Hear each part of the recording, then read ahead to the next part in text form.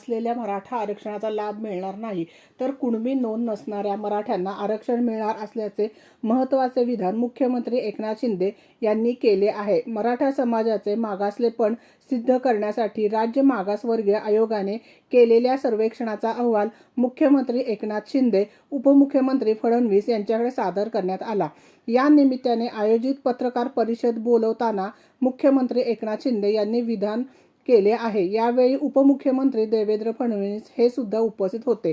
एकनाथ शिंदे म्हणाले, राज्य मागासवर्गीय आयोगाने एवढ्या जलद गतीने एवढा मोठा सर्वे सुपूर्द केला। मराठा समाजाचे शैक्षणिक आर्थिक मागासलेपण तपासण्यासाठी सांगितले होते, ते काम केले, त्याबद्दल आम्ही आयोगाचे अभिनंदन करतो। या अहवालासंदर्भात सरकार योग्य तो निर्णय घेईल।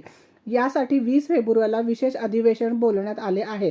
मराठा समाजाला देण्यात येणारे आरक्षण ओबीसीच्या आरक्षणाला धक्का न लावता देण्यात येणार आहे। या अहवालानुसार जुन्या कुणबी नोंदी असणाऱ्यांना मराठा आरक्षणाचा लाभ मिळणार नाही।